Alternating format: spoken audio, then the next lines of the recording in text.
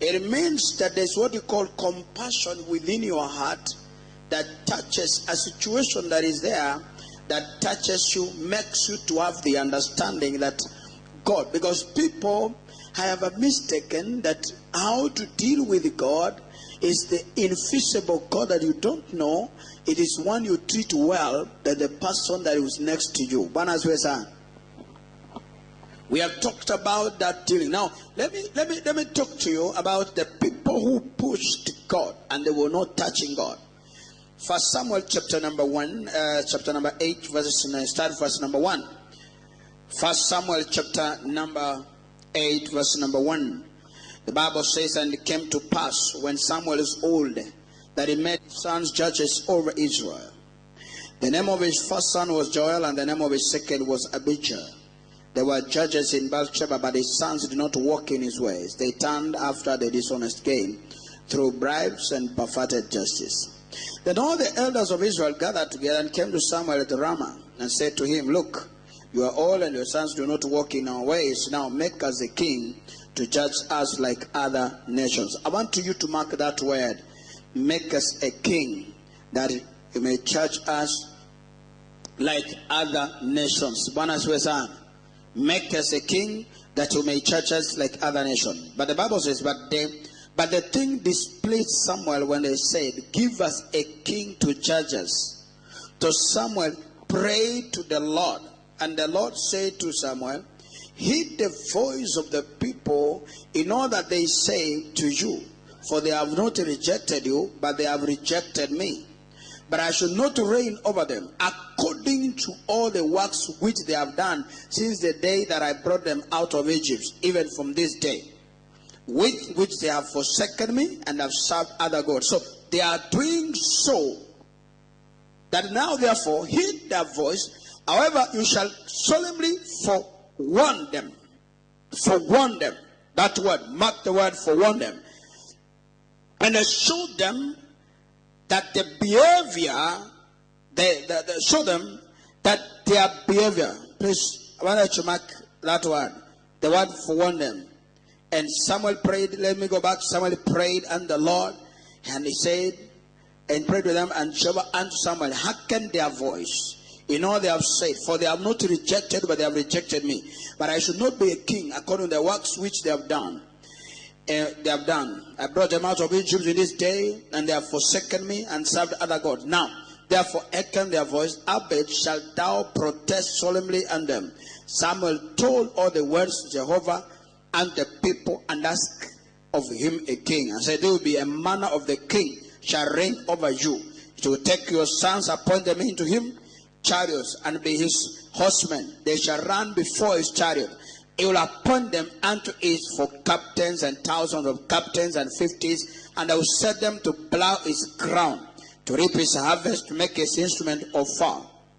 Now take your daughters to be perfumers, to be cooks, and to be bakers, and they will take you the field and your vineyards and the orchard and even the best of them give them to his servant. He will take 10th of your seeds and your vineyard, and give his officers and his servant. He will take your men servants, your maid servant, your godliest young men, and your horses, and put them in his house. And they will take 10th of your flock, and it shall be 7, and you shall cry out in that day because of your king, whom you shall have chosen. Jehovah will not answer you that day. I have read a very wrong scripture. Every one of us has what we call deadlines of life. Virtually every one of us, kila mmoja wetu, he has what we call deadlines. You are waiting for marriage, you have a deadline. You are waiting for business to prosper, you have a deadline. You are waiting for, even as me, as Lawrence, and I pray that God deliver me. I am waiting for the church to grow to a certain level. I have a deadline. Every one of us has a deadlines at some stage of life. You have fasted and prayed. The Bible says in the book of Luke chapter number 1 verse 5, Zachariah and Elizabeth, they were righteous men, holy, blameless before the eyes of God. But they had no child. They had no what? They had no child. That was Abraham, who also stayed for over 100 years. And the Bible says, the wife Sarah said that Abraham, we cannot stay without a generation. I want you to meet Sarah. I want you to give to that lady who is our maid to become a wife to you and give back to the child. So, in other words, Sarah pushed Abraham. And God had the capacity to withhold the seed of Abraham, not to drop in that woman's life. Now, are you touching God or you are pushing God? That's a question.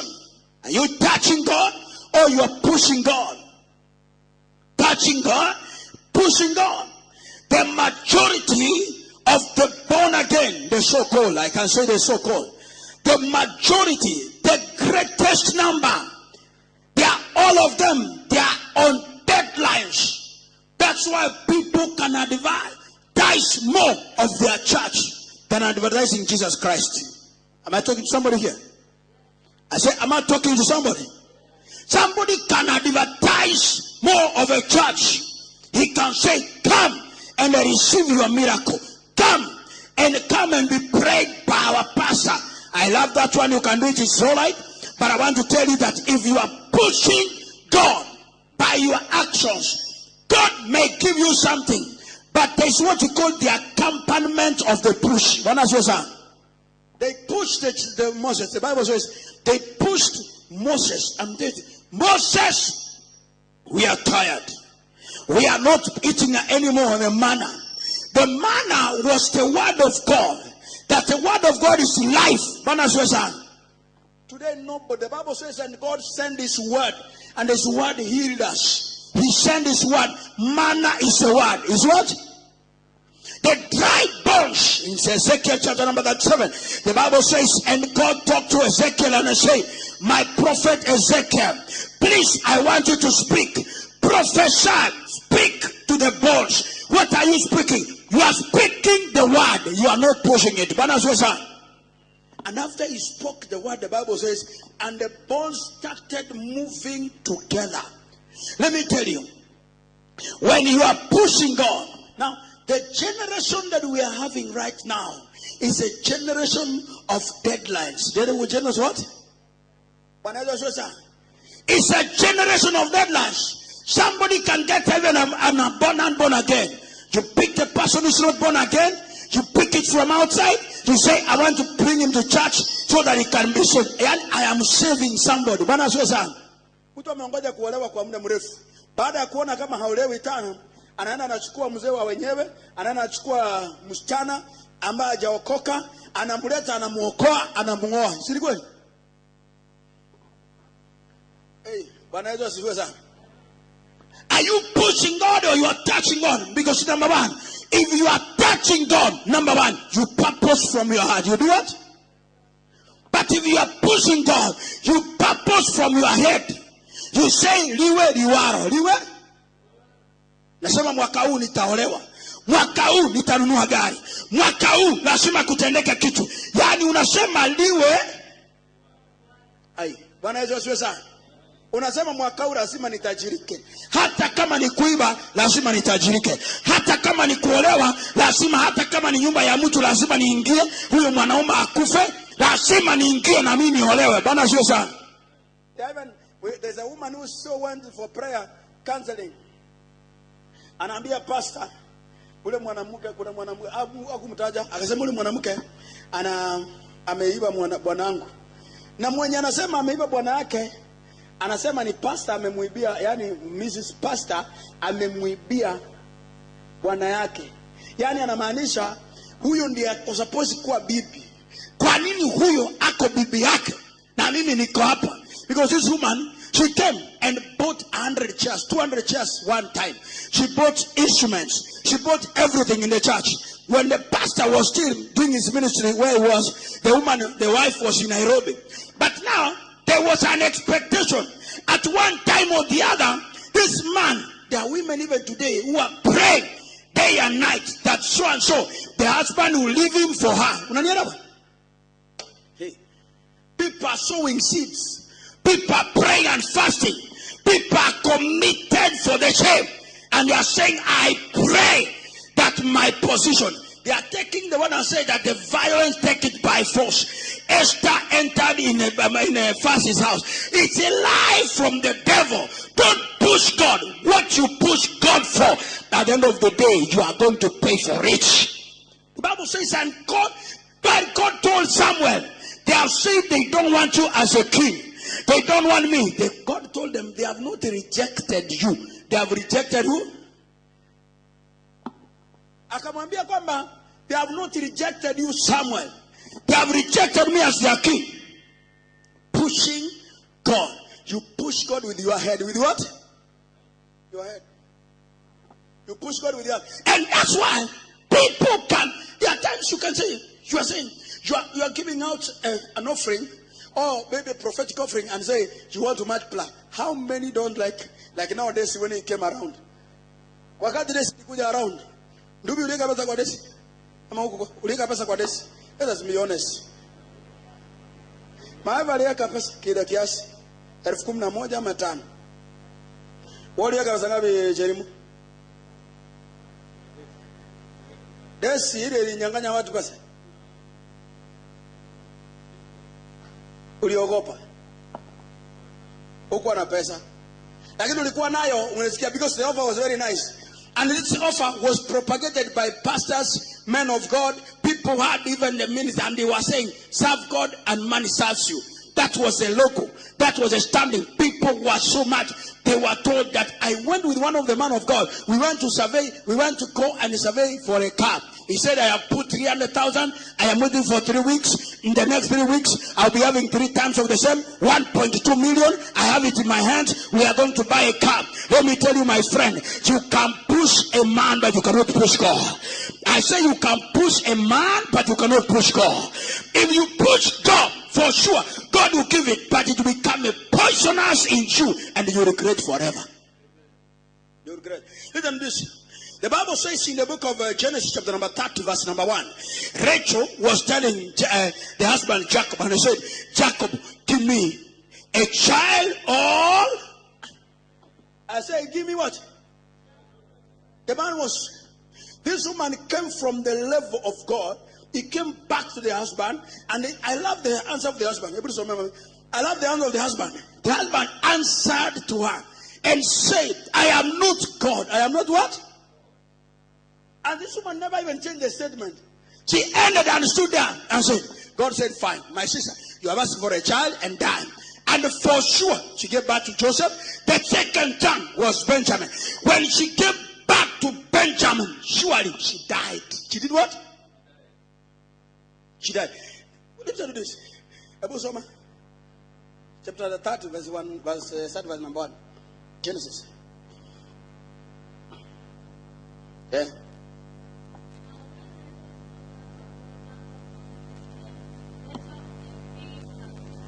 Number one, why people push God. Number one, tell your neighbor envy. Please talk to him. Say my envy. Envy. Kwani ni nini? Mimi sasa kuwa na kanisa kubwa yenye kuna watu wengi hapa wako na pesa, ndugu. Naweza nunua irisi. Naweza nunua irisi niekelee kwa mlango hapa nifanye somersault. Kila mtu akue hapa. Tajiri yote na Nakuru yote ikuwe hapa. Mimi inakuaje my brother? Yeah? Number one, what makes people push God? Number one, say my envy. Say my envy. Envy. Why is so and so having it? Because there are questions that people ask like demons. You don't ask why. The moment you ask the question why, you are putting God in test. You are murmuring before God. And the more you murmur against God, God prolongs what He was supposed to have given you. If what was to take 1 week, it will take 1 year. I say, when you murmur before God, I rather quarrel with a human beings every right side and strike, but not God. Mara nyingi sana namuuliza, hata sijaimuuliza Mungu maswali, namwambia Mungu, kwa nini hivi imekuweko, kwa nini? Even when people sometimes leave church, I have never. Na umwambia Mungu sometimes, namwambia God, nashukuru tu kwa muda umenipatia nikae na mtu fulani, na kama ilikuwa inakufurahisha Mungu, if that is a time you, because every human being God has given them a time and boundaries. Bwana asiwe sana. And you are drawn a boundary that this is where I will be. I thank God. I know. And that's why the Pentecostal churches, one lady gave us a testimony yesterday. Akatuambia kwamba this is what I was. So ni alituambia alichukua mtoto akampeleka kwa healing pool, akachakachaka kwa maji na 4,000 and the kid, and you know the kid came to heal up. Now that see, tulimwambia free of charge. We were free of charge, and she gave an offering of 500 shillings. Hapa before we kanisa jaekwa roof. The church was careless, useless, dirty, unacceptable, and it doesn't look like there's God in it. But let me tell you, every human being, God has given you a destiny where He wants to meet you. I said God has put your destiny in His hands, and there is a place, particular one, where He shall meet you, not where you want to meet God. Amen? Yeah, when they are tempted to go to God and say, we want to meet you in the mountain, God said, my friends, I have been coming for you. So you want to come for me? They are pushing God. They are pushing what? But when I push Mungu hapa, mpaka they have ended up become victims. They become what? Rachel envied. Number one, he envied. Read it. Rachel envied her sister and said to Jacob. Envied her sister. In other words, somebody that is next to you. In this church, many times, not one time, not two times, there are many occasions. Great men of God. Wanakujaga tu. Mtu amekuja ameweka gari ya nguvu hapa. Mtu ameweka gari V8 Mercedes Benz, gari kubwa. Mtu anaweka bibi na bwana wanaweka gari. And they walking. And they tell you how they are successful, how they are better, how they are nice. Let me tell you, as a human being, if your head is not properly connected with heaven, if you use your head, you use what? You use your head, you start becoming so envious. Man, when somebody walks in and tells you, oh, brother, how old are you? You are 40 years, you are 30 years. Angalia vitu niko nao. Your young brother anakuja anakutisha mpaka unaona kama Mungu ni kama Mungu alikuacha, and even because you wonder how can you pray? You are praying. Listen to this. John, who was in prison, the Bible says John was introduced. He introduced Jesus Christ. And when he introduced Jesus Christ, and he said, this is the Son of God, John himself, he gave a testimony about Jesus Christ. And he said, this is the Son of God. Listen to him. Nobody should not listen to him. The Bible says, and after that, John had one temptation. He had one test from the king. The man was speaking the truth. And the Bible says, he rebuked king. And he said, why do you take your brother's wife? That statement took him to jail. He was speaking the truth. Let me tell you, you may speak the truth. You may be right and honest. Sometimes you go through some challenges. Don't push God. Don't murmur before God. Don't ask one question, why me? The moment you ask, why me? Already you have put God in coma, and you are going to prolong that. The Bible says John sent his disciples. And you know, John alivumilia kidogo lakini alishindwa. Maana wanafunzi wake washirika wale the top cream walimwama wakaenda kwa Jesus Christ. Na unajua vile washirika wanafanyaga, si kweli? Washirika, na ndio sababu kwa kanisa hili we don't pastor washirika. Sisi hiyo tulitoka zamani. In this church nobody is called mushirika kwa hii kanisa. Maybe it's by mistake. We don't members washirika, because the Bible says it is only that the multitude, Jesus had compassion for the multitude, but the Bible says he taught the disciples. Disciples are very obedient people, even in the midst of challenges. And Rachel envied. Read it again. He envied. He did what? Tell your neighbor, envy. Please shake your neighbor like this. Tell him, please, mwambie, deal with your envy. Mwambie mwenzako, mwambie tu, deal with envy. Sema envy. Mwambie, Sema mwambie envy. Envy. Envy is a demon from hell. A satanic pressure that gives you deadline and say, oh. How many pastors here in the city of Nakuru who are owing every motor bazaar magari na madeni? Ngapi? Si wachungaji wako kila mahali wameweka madeni. Trade in, chukua gari, weka hivi kwa sababu yote hii. Nataka na kuonesha gari KCC. Alafu unakuta wakora wale wanakuchochea. They don't even give no money. Anything that you get by your own knowledge, God will take it away. And even God will not participate on it. But what God gives you, He will sustain it. I say what God gives you, He will sustain it. Mungu akikupatia hata watoto leo, my sister Jen, He will sustain them. Akikupa Bwana bila kumtwist. Unaona wale wanapataka mabwana katika njia ya ubandia. Aenda buy miniskirt, atembee kwa bwana yake hivi aone kama anampenda. The more you do that, the more your maid is doing that. Aenda buy good transparent, hata anaenda seminar, oh mama, pikia mwanaume ugali, pikia vizuri, mwekee salad, mwekee nini. Yani you do all drama. The more you do drama, the more the man disappears. Mwingine anapikiwa hata ugali na managu ama malenge ama sukuma, anakula na piste na anarudi kuingia kwa, anakaa kama umbwa ya kuingia kwa kichaka na he has no complaint.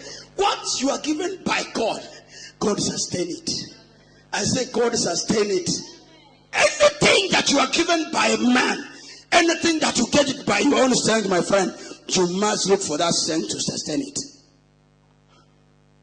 Ukiona hata watu wanaramikana na mabwana hapa town yote, waliwapata kwa njia wewe. Ita ni watu people they are pushed. Unajua Mungu uzuri hawezi kukunyima kile ambao umemsukuma akupe. Bwana asiwe sana. Soma tu hiyo, soma umaliza alafu. Then we soma Exodus chapter number 16. Rachel envied her sister and said to Jacob, give me children or else I die. Unaona mahali anauliza watoto. Anauliza Jacob, and do what? Give me what? All I do what? Nipe watoto. My friend. Mtu anaenda anazaa na mtu mwingine huko ovyo nje. Anasema hata nikiwa kanisani nitakufa bure. I even one lady, she was a pastor. Aliniambia, unajua nimeambia sister yangu mtoto wake anazeeka, yani mtoto wake anaweza yako form 3 na hata hajapata bwana. Nimemwambia tu atafute mtoto mahali popote akuje tulinde. Imagine huyo ni that lady, she's a pastor. Excuse me, I am saying from my word because we will talk. Ananiambia, na wewe, nikamuuliza na wewe je?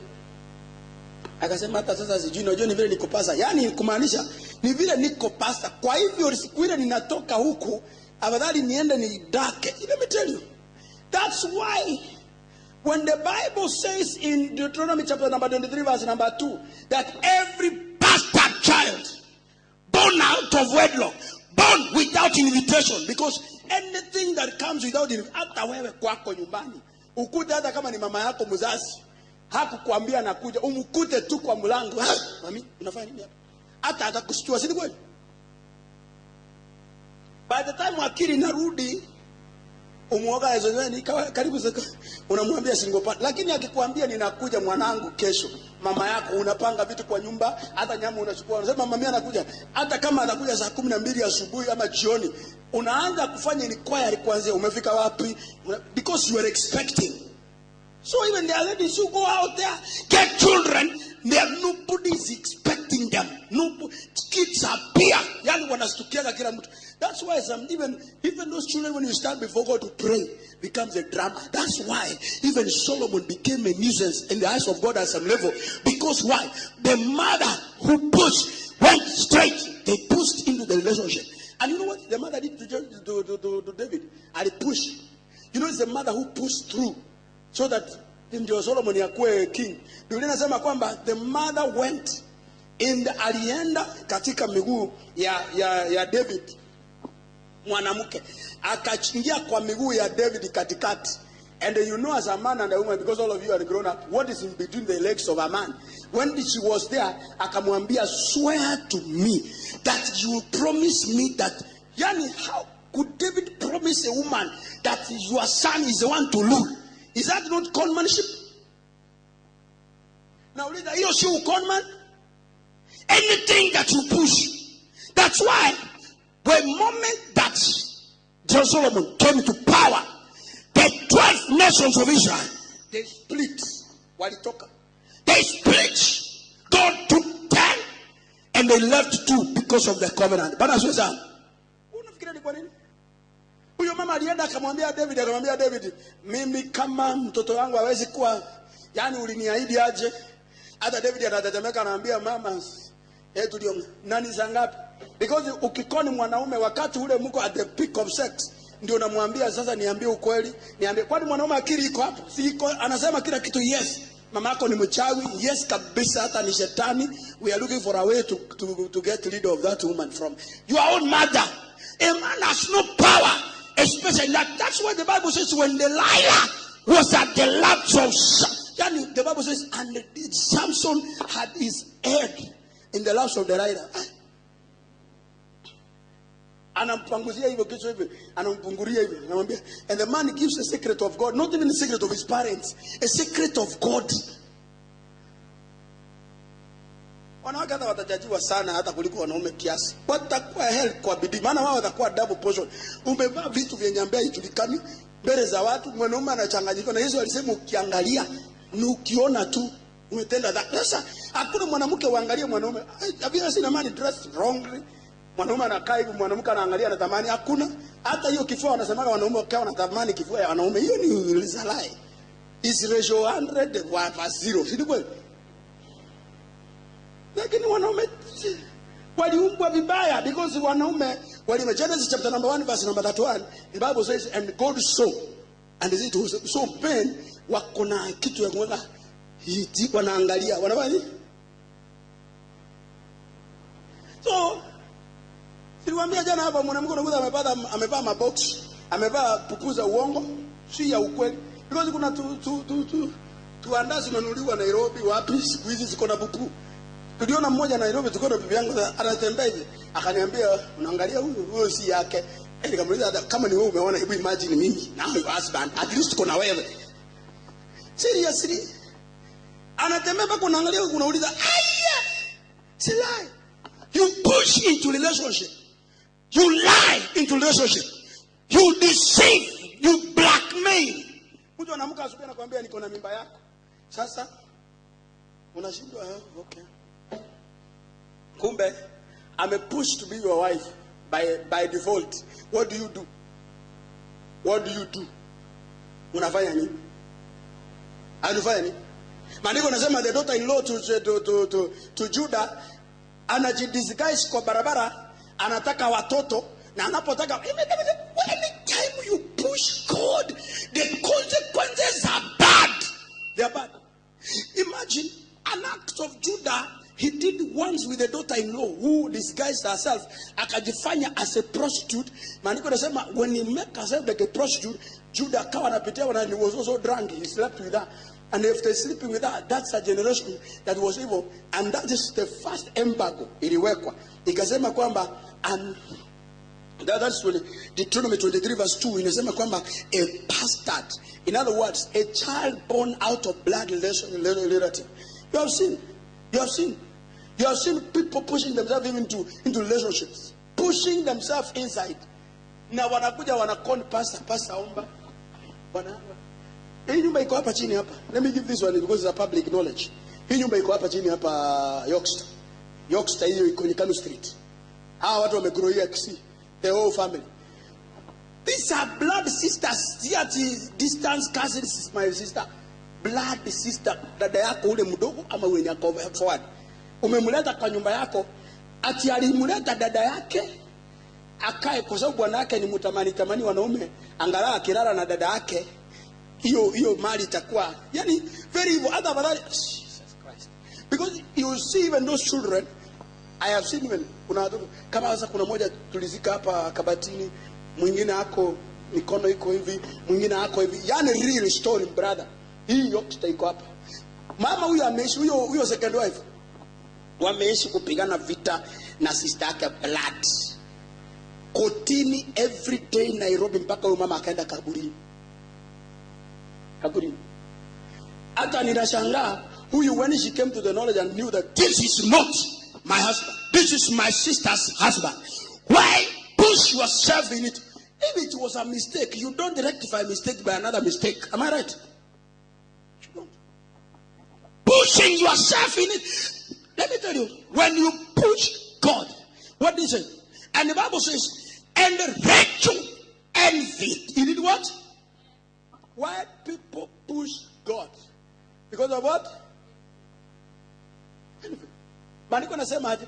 Inasema, and the king, yani maandiko nasema, and when Moses was feeding the children of Israel with the manna, they changed. Instead of manna, they changed and said, we want meat. We want what? You push God. Huyu mwanafunzi anaenda kwa class, msimuangalie sana kwa shughuli zake. There is a class going on in Bible school. Ni bila kuwasalimia, atawasalimia siku nyingine. Ni mshirika wa Cleophas. Bwana Yesu asifiwe. That's one unaona Cleophas hajashughulika kumtafuta kumwangalia. Listen to this. And the Rachel envied. You push. Ni watu wangapi? Watu wangapi wako wamepush vitu? Mtu anakuja na anajua strategically, even when he's doing, huyu anafanya sex for pleasure, huyu anafanya kwa kumutega. Ama wanaanza leo hivi, ni watu wangapi wametakana itaoni wana makesi aziishi. Alinizalisha hata kama anitaki, mimi mtoto yake ako hapa, mtoto yake. So the baby becomes an idiot because the Bible says he will serve punishment for 10 generations. Thank God for grace of Jesus Christ. Because what is sustaining us by now is grace. Grace. But don't take, the Bible says, don't take the grace of God for granted. Kila kinafanyaga watu wanasukumanaga ni envy. Ni nini? Envy. Envy. Mtu anakuja anaangalia, oh sasa mimi. I told you and I'll give you a little testimony. There's a man who came here. And he told me one word that I will never forget. Alisema, Lawrence, why do you continue suffering here na watu wachache? I rather give you a way on how to get it. It was 4 years ago, I think. 3-4 years. He came here and he was preaching here for 4 days. And he told me openly, akaniambia hii maneno wanawake wasisikiage, tulienda akaniambia tu nikunulie chai tuongee very very important confidential things. I said, yeah, because he, number one, the man came with a powerful car. He was staying in an hotel and paying for himself. Though he was preaching for us, but the man was paying for himself. He was paying for himself. Nini niweze kunifanya ceremony ni envy watu? Ni envy nikae.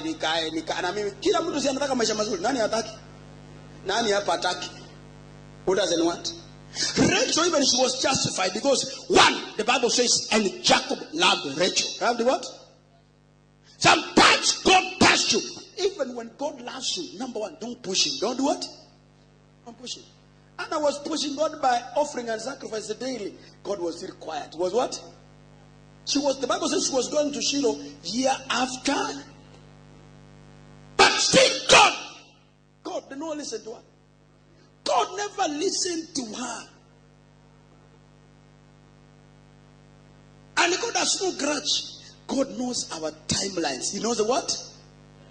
And that's the Bible says the timing of the Lord is what? Don't read your Bibles. The timing of the Lord is the best. Is what?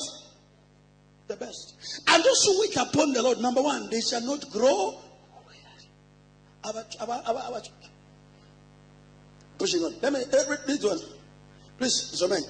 Numbers chapter number 11, verse number 4 up to 10. Just start verse number 1 up to 10. We finish. We should finish quickly. Numbers. Numbers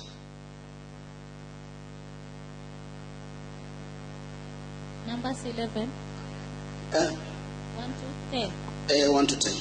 Now, when the people complained, it displeased the Lord, for the Lord had it, and his anger was aroused.